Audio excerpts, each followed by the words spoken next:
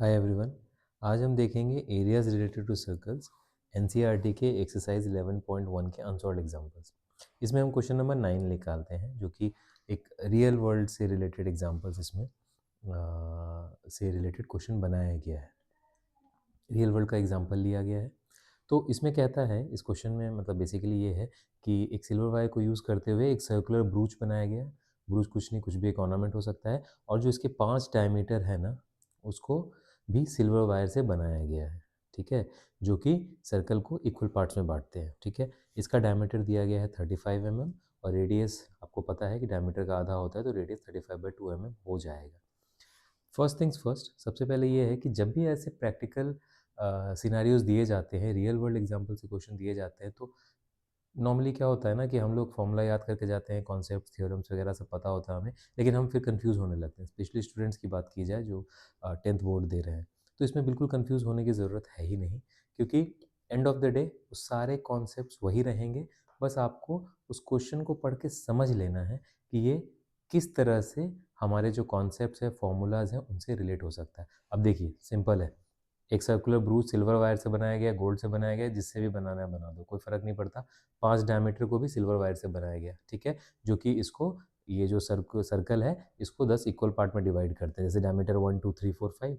मेरा डायग्राम थोड़ा ऐसा हो सकता है कि इक्वल पार्ट्स ना दिखे, बट आप जब आप उसको कंपास वगैरह से बनाएंगे तो वो अच्छे से बन सकता है। एक चीज़ और, जब भी ऐसे क्वेश्चंस आएँ तो ये कम से कम 3 नंबर के क्वेश्चन तो होंगे ही होंगे। ये 1 नंबर या 2 नंबर का होने के चांसेस कम है। तो ऐसे में आप डायग्राम बनाइए तो आपको मार्क्स बेहतर मिलेंगे। ठीक है? तो अब कहता है कि इसको 10 इक्वल सेक्टर में बाँटा गया। तो आपको पता है कि सेंटर पे सर्कल के 360 डिग्री होती है। 10 इक्वल सेक्टर मतलब हर सेक्टर 36 डिग्री आपको एंगल बना रहा है। ठीक है?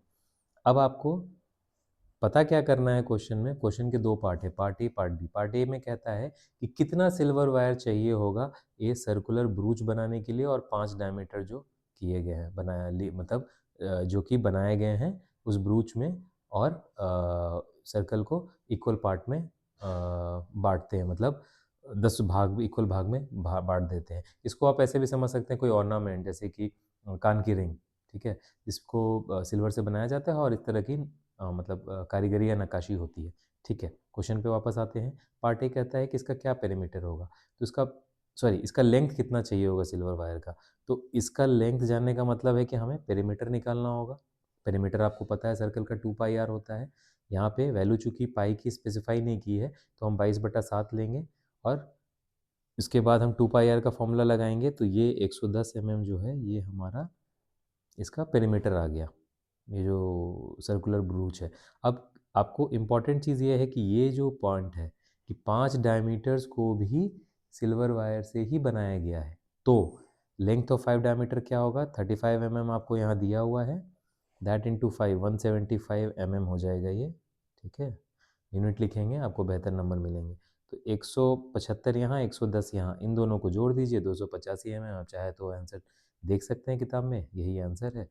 तो ये बहुत ही सिंपल है, पार्ट ए था। बस पॉइंट ये है कि लेंथ ऑफ ये जो है ना 5 डायमीटर्स, ये भी ऐड होगा, इसको मिस नहीं करना है। पार्ट बी क्या कहता है, area of each sector of the ब्रूच, मतलब ये जो सेक्टर है ना, कोई भी एक सेक्टर, इसका एरिया क्या होगा, ये वाला पोर्शन, इसका एरिया निकालना है।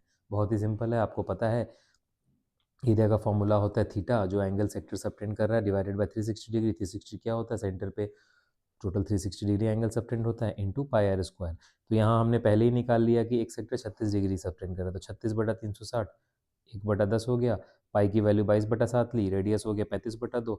जब आप इसको मल्टीप्लाई करेंगे और इसको रिड्यूस करेंगे लोअर फ्रैक्शन में, तो ये 385/4 mm² इसका एरिया है। क्वेश्चन बहुत सिंपल है, बस आपको उस चीज़ को दिमाग में विजुलाइज करने की ज़रूरत है, उस चीज़ को समझने की ज़रूरत है। अब इसी एक्सरसाइज 11.1 का मैंने पीछे सॉल्व किया है दूसरे पन्ने पे। ये क्वेश्चन नंबर 12 है। ठीक है, 12 क्या कहता है कि एक लाइट हाउस है। ठीक है, लाइट हाउस क्या होता है, समंदर के किनारे आप देखेंगे ऊंचे ऊंचे टावर्स होते हैं, जिसपे कि लाइट की व्यवस्था होती है, ताकि हम, और गार्ड भी होते हैं, ताकि ये देखा जा सके कि कौन सी शिप्स आ रही हैं, जा रही हैं, और कुछ मतलब इल्लीगल गतिविधियां तो नहीं हो रही हैं, और अगर कोई शिप फंसा हुआ है तो उसको भी दिख जाए कि यहाँ लाइट हाउस है, लाइट आ रही है, तो मैं मतलब किनारे के नज़दीक हूँ।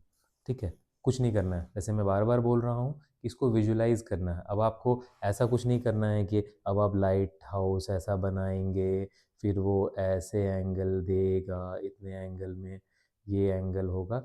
आप मतलब ये प्रैक्टिकल सिनेरियो हो गया ना कि लाइट हाउस ऐसे है, 2 डायमेंशन में दिख रहा है, तो ये एंगल जो सबटेंड हो रहा है वो मान लीजिए 80 डिग्री या थीटा है।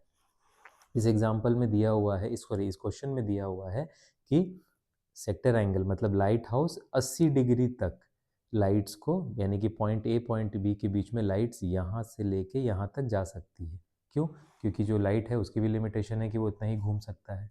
ठीक है, 360 डिग्री घूमेगा, घूम भी सकता है, लेकिन उतनी लाइट की कवरेज होती नहीं है। ठीक है, और लिखा गया है कि distance of red colour light, ये लाइट जो है लाइट हाउस की वो रेड कलर लाइट है, तो इसकी डिस्टेंस रेड कलर लाइट की है 16.5 किलोमीटर, मतलब पॉइंट ओ से ए के बीच की डिस्टेंस 16.5 किलोमीटर है। तो यहाँ पे अगर आप सर्कल के फॉर्म में देखेंगे तो पॉइंट ओ ऐसा होगा कि हम ऊपर से देख रहे हैं। मान लीजिए हम ऊपर से लाइट हाउस के देख रहे हैं, तो लाइट हाउस जो ये एक एक एक एक लेंथ, जिसकी लेंथ और ब्रेथ होती है, उसको अगर हम ऊपर से देखेंगे, मान लीजिए ये लाइट हाउस है अपनी, ठीक है, लेकिन अगर हम यहाँ से ऊपर से देखते हैं तो कुछ ऐसा दिखेगा लाइट हाउस एक पॉइंट की तरह। वो लाइट हाउस ए और बी के बीच में 80 डिग्री का एंगल बना रहा है। ठीक है, और उसकी डिस्टेंस कहाँ तक जा रही है, सी में 16.5 किलोमीटर तक जा रही है। ठीक है, मैं क्यों इतना एक्सप्लेन कर रहा हूँ, बिकॉज ऐसे क्वेश्चंस में विजुलाइज करने की ही प्रॉब्लम होती है। उन क्वेश्चंस को सिंपल फॉर्म में तोड़ने की ही दिक्कत हो जाती है। जिस समय हम उसको सिंपल फॉर्म में तोड़ लेते हैं, जो भी हमारे फॉर्मूले, थ्योरम या बेसिक कॉन्सेप्ट्स उसमें तोड़ लेते हैं, क्वेश्चन बहुत ही आसान हो जाता है। ऐसे क्वेश्चन अगेन 3 नंबर के भी आ सकते हैं, 4 नंबर के भी आ सकते हैं और 5 नंबर के भी, डिपेंड करता है सीबीएसई कैसा पूछती है। बट ऐसे क्वेश्चन आने के चांसेस बोर्ड जो होने वाला है 2026 में फेब से मार्च के बीच में, उसके चांसेस हैं, काफ़ी चांसेस हैं।